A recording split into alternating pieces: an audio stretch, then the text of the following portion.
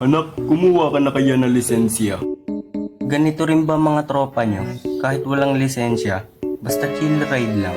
Boy pitik. Siya yung tipong manghihiram ng motor. Pwede makahiram ng motor. Bibili lang ako ng toyo kila Aling Nena.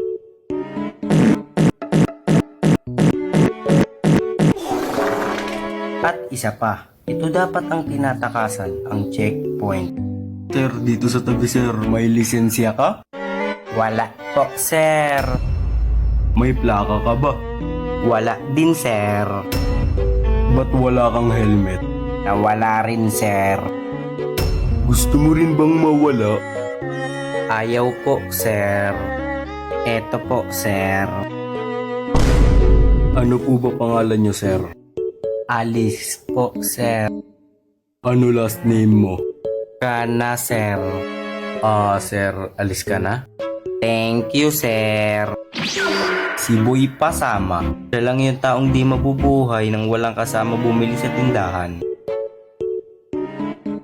Pre, pasama pre. Kilaling Nena, bibili lang ako ng asin. Kunwari ka pa, gusto mo lang naman hiramin yung motor.